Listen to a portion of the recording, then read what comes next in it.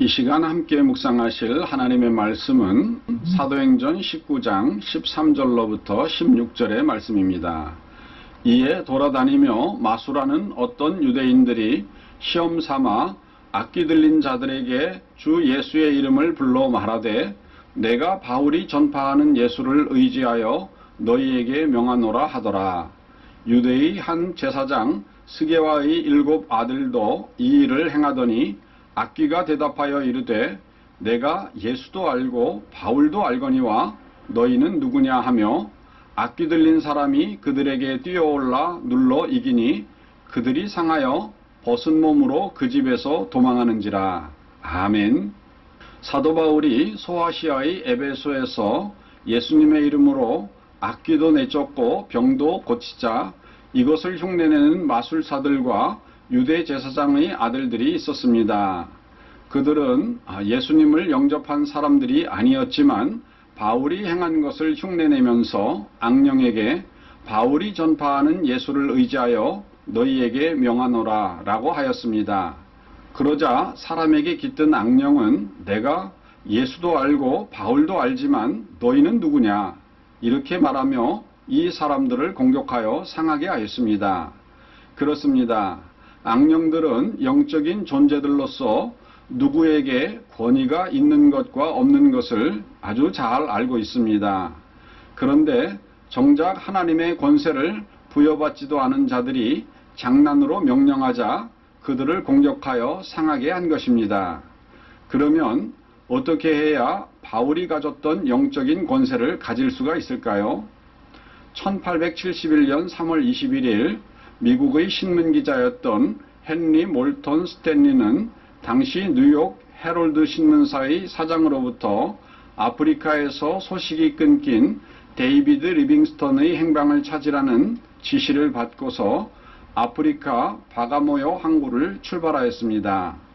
당시 아프리카의 모든 탐험가들 중에서 가장 유명했던 데이비드 리빙스턴 박사는 잠베지강의 지도를 작성한 후 1866년에 자신의 마지막이자 가장 위대한 탐험이 될 것으로 예상되었던 나일강의 전설적인 발원지를 찾기 위한 탐구에 착수했습니다.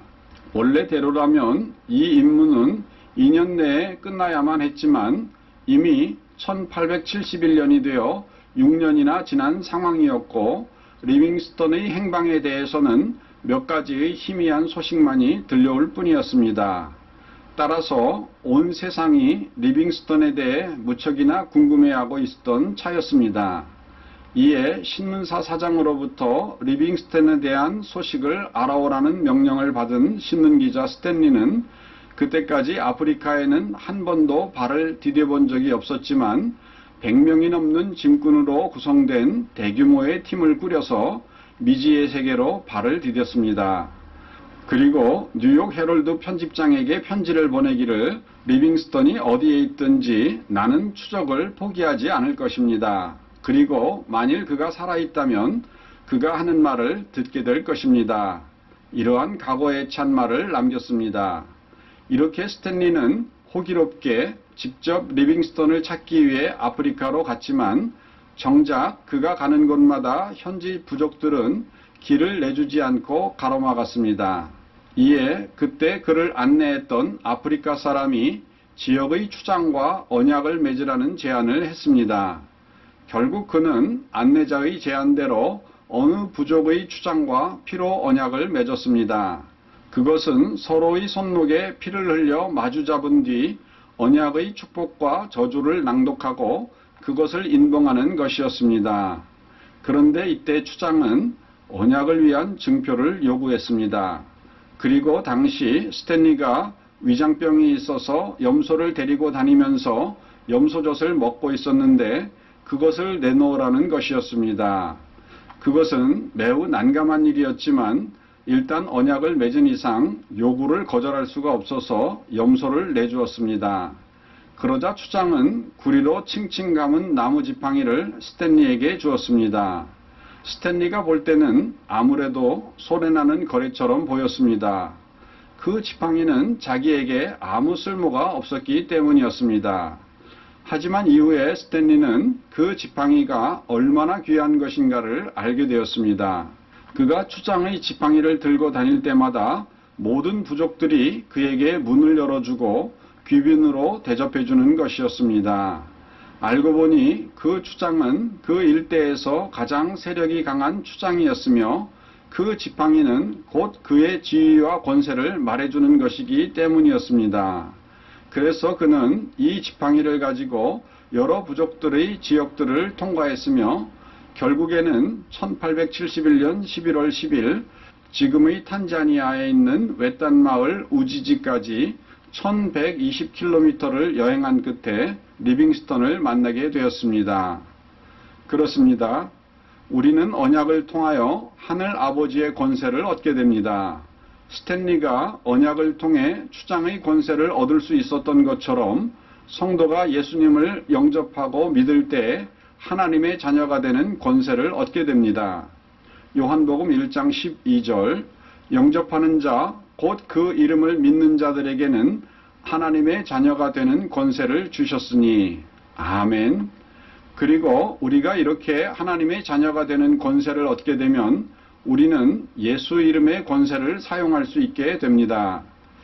예수님께서 말씀하시기를 요한복음 14장 14절 내 이름으로 무엇이든지 내게 구하면 내가 시행하리라 이렇게 약속하셨습니다. 결국 우리가 언약을 통해 하나님의 자녀가 되는 순간 우리는 예수님의 이름으로 악한 영들에게 명령하여 그것들을 사람이나 가정에서 쫓아낼 수 있는 권세를 얻게 됩니다. 이 권세를 주신 하나님께 찬양과 감사를 올리며 항상 주 안에서 영적으로나 육적으로 승리하시는 성도 되시기를 주님의 이름으로 축원드립니다. 다 같이 기도하시겠습니다. 거룩하신 하나님 아버지 고맙고 감사합니다. 우리는 참으로 하나님께서 지으신 피조물 중에 타락하고 부패하여 만물보다 부패한 인생이 되었습니다. 그러나 우리를 사랑하시어 하나님께서 아들 예수를 보내주시고 십자가에 못 박혀 죽으셨을 때 그것을 믿는 사람들마다 하나님의 아들과 딸이 되는 권세를 허락하여 주셨습니다. 이제 예수 그리스도를 믿어 하나님의 아들과 딸이 된 저희들 하나님의 놀라우신 권세를 부여받은 것을 깨닫고 악한 영들을 대항하고 우리의 환경을 대항하여 매일매일 매순간 승리하며 이기는 삶을 살게 하여 주시기를 우리 주 예수님의 이름으로 기도드리옵나이다. 아멘.